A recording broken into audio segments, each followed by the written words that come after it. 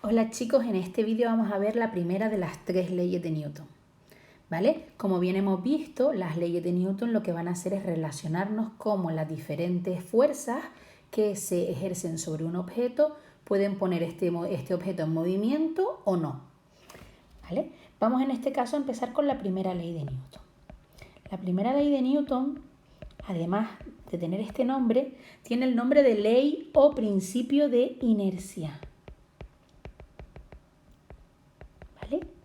La inercia es aquel fenómeno físico por el cual un objeto, si no se le hace nada, no se le aplica ninguna fuerza exterior, en principio seguirá haciendo lo que ha estado haciendo hasta el momento. Eso es lo que se considera la inercia. Si, por ejemplo, yo estoy parado y no hay ninguna fuerza que me ponga en movimiento, seguiré parado. Asimismo, se puede aplicar cuando algo se está moviendo. Si yo me estoy moviendo y ninguna fuerza cambia mi movimiento, ni me acelera ni me frena, pues yo me voy a seguir moviendo siempre de la misma manera. ¿Vale? ¿Cómo aplicamos la primera ley de Newton? Pues es muy sencillo. Lo que tenemos que saber es que las fuerzas que se aplican sobre el objeto es cero. En caso de que haya varias fuerzas, puede ser que haya una fuerza, pero habría otra que la estaría contrarrestando. Motivo por el cual la resultante de la fuerza sería cero, como vimos en los vídeos anteriores sobre composición de fuerza. Vamos a poner un ejemplo sobre esto. Imagínense que yo tuviera un objeto que está, por ejemplo, una caja que está en reposo sobre una superficie, ¿vale? Sobre esta caja, por el simple hecho de tener masa, ya se está ejerciendo una fuerza que es su peso, ¿vale? A partir de ahora, en vez de llamar a la fuerza peso F o F1 o F2, lo vamos a llamar con la letra P. Recuerden que el peso se calcula como la masa por la gravedad, ¿vale? Es una fuerza que apunta hacia abajo, como podemos ver aquí, ¿vale? Por el simple hecho de que la gravedad es un fenómeno que tira de esa masa hacia el centro de la Tierra, en sentido de lo que nosotros consideraríamos descendente, hacia abajo, ¿vale? Recuerden también cuando apliquen esta fórmula, ¿vale?, que la masa debe estar en kilogramos para que la fuerza peso esté en newtons y que el valor de la gravedad en la Tierra vamos a considerar que es 9,8. Si estuviéramos en otro planeta que no fuera el planeta Tierra, me tendrían que dar el valor de la gravedad. Vale. Dicho esto, si este objeto tiene una fuerza que tira de él hacia abajo, ¿cómo es posible que no se esté moviendo hacia abajo?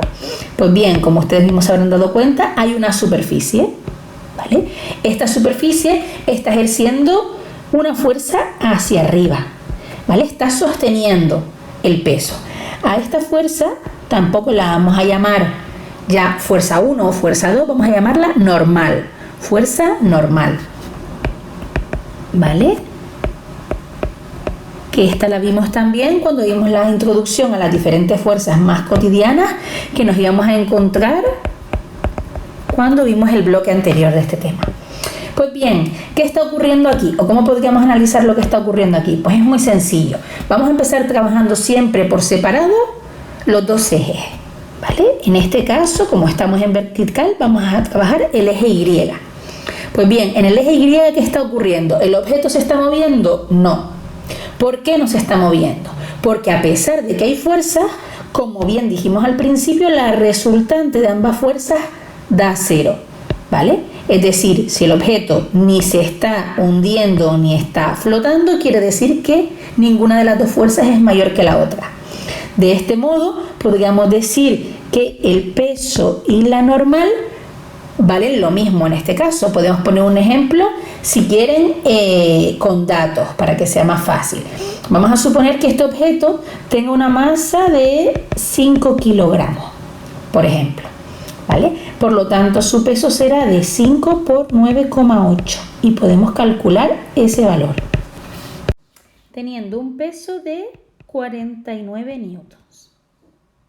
Pues bien, lo que nos está diciendo la primera ley de Newton, la ley de inercia, es que si este objeto no se está moviendo, quiere decir que el peso de 49 newtons que está haciendo hacia abajo el objeto es a su vez el peso que está siendo capaz de soportar la mesa.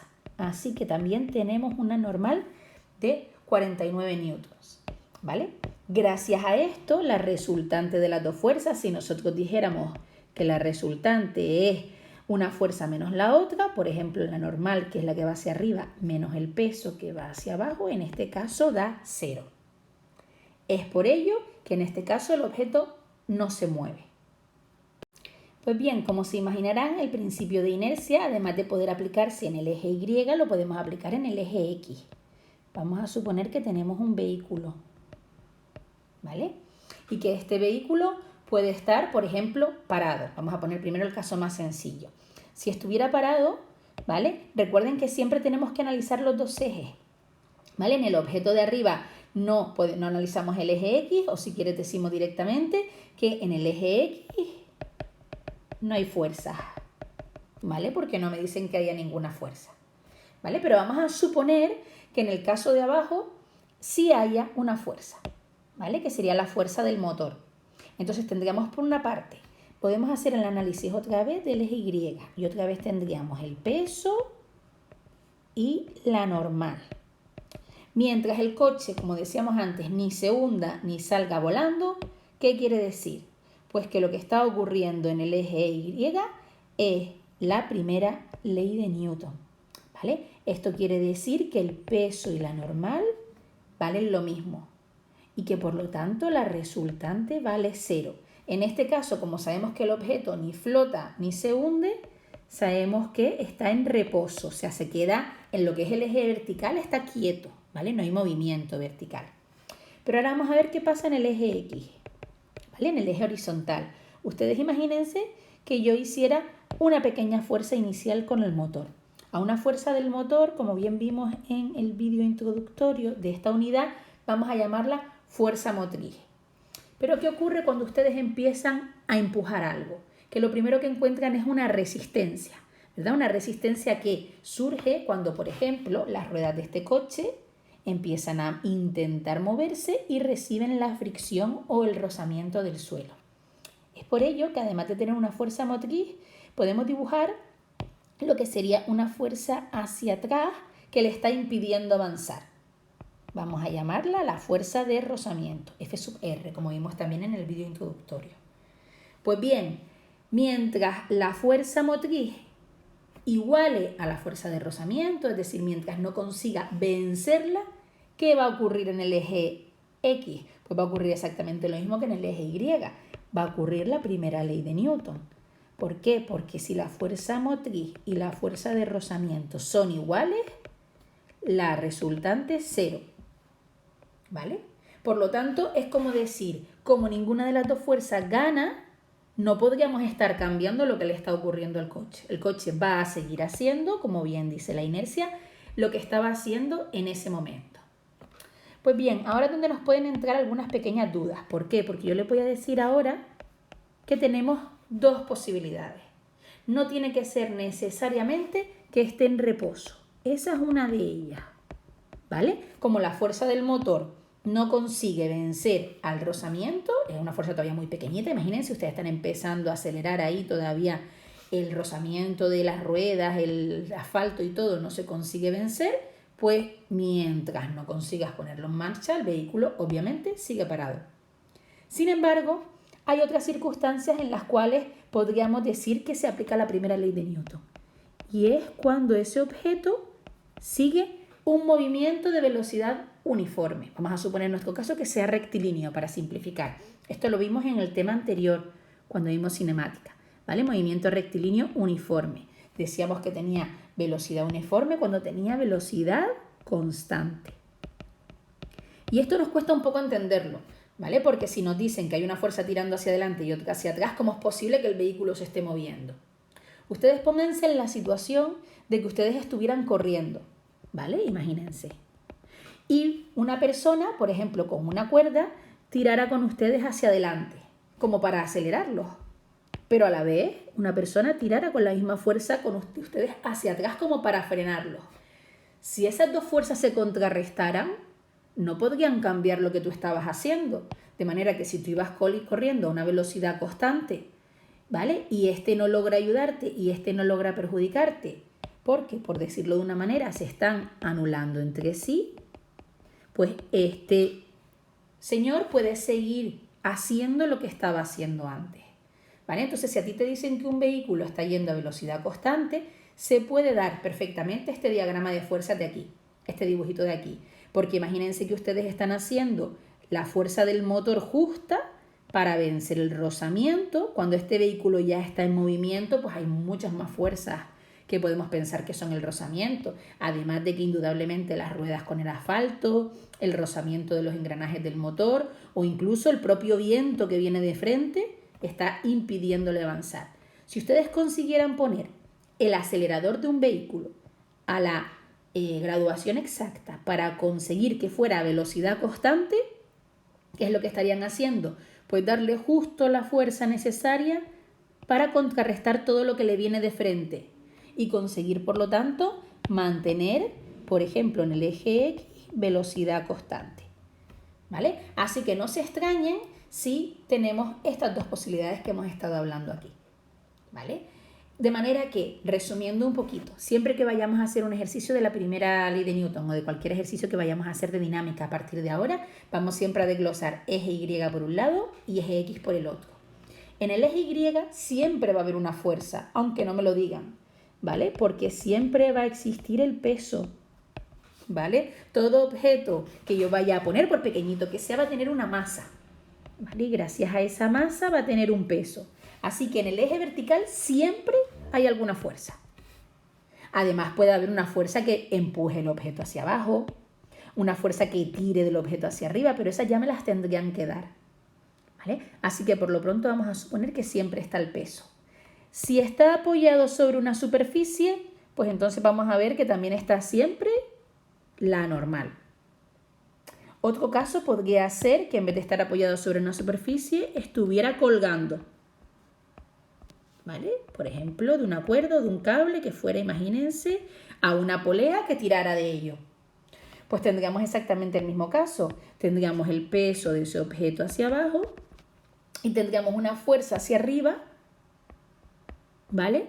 Que en vez de llamarla peso, la llamaríamos, como vimos en el vídeo introductorio, tensión, ¿vale? Tensión siempre que me digan que es una cuerda o un cable lo que está tirando de un objeto, o sea, ejerciendo esa fuerza, ¿vale? Recuerden, entonces ya no vamos a llamar F1, F2, F3, vamos a llamar peso cuando se apoye en una superficie, como en este caso la fuerza que hace la superficie es la normal, y si tira del objeto una cuerda o un cable, se va a llamar tensión, ¿vale? Y todo esto va a ocurrir en el eje Y. Luego, por otro lado, tenemos el eje X. En el eje X pueden pasar dos cosas. Si el enunciado no me da ninguna fuerza en la horizontal, es que no pasa nada, ¿vale? Si no hay ninguna fuerza, en este caso, en el eje horizontal, pues quiere decir que en el eje X, ¿vale? En el sentido horizontal, el objeto no se está moviendo. Esto es lógico. Si no lo empujo hacia un lado, no se va a mover hacia un lado. Pero sí puede aparecer que nos digan que existen fuerzas en la horizontal. Si eso nos lo especifican, pues tenemos que hacer un análisis de lo que está ocurriendo en la horizontal.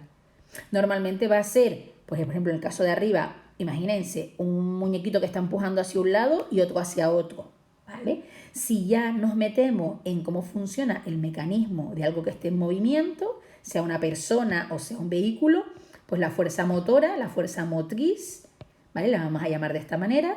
Y la de rozamiento va a ser toda aquella que sea una fricción o una resistencia a que el vehículo avance. También podemos tener en cuenta cualquier otra que nos digan, por ejemplo, que venga una persona y empuje el coche. Podríamos tener más fuerzas y a esas sí las podemos llamar F1, F2, F3 o como quieran, ¿vale? Pero recuerden que estas fuerzas que les he planteado aquí tienen todas nombre propio y hay que utilizarlo, ¿vale? Y cuando estemos analizando en el eje X, tengo dos posibilidades. Que el vehículo estuviera parado antes de empezar y por lo tanto siga parado porque ninguna de las dos fuerzas gana, ¿vale? Esto es importante. Y en segundo caso que el vehículo ya se estuviera moviendo a velocidad constante, imagínense, voy a 80 km por hora, pues como el motor tira tanto como me empuja hacia atrás el viento, el rozamiento, pues sigo yendo a 80 km por hora. Estoy compensando las dos fuerzas y estoy consiguiendo proporcionar a ese coche inercia, Sería lo mismo que cuando un objeto, como pusimos el otro día el ejemplo en una clase que me lo plantearon, sería el objeto que está flotando en el vacío, en el espacio. ¿Vale? Y se supone que si le das un impulso, como no hay nada que lo frene, se seguiría moviendo eternamente. ¿Por qué? Porque le darías un impulso y una vez dado ese impulso y se pone en movimiento, recuerden, la ausencia de fuerzas no cambia el estado en el que esté ese objeto. Si estaba parado, seguirá parado, pero si estaba en movimiento, va a seguir en movimiento. ¿Vale? Y son las dos circunstancias que vamos a ver. Así que nada, chicos, hasta aquí los fundamentos más importantes de la primera ley de Newton. Ahora vamos a empezar a ver algunos ejercicios. Nos vemos en clase.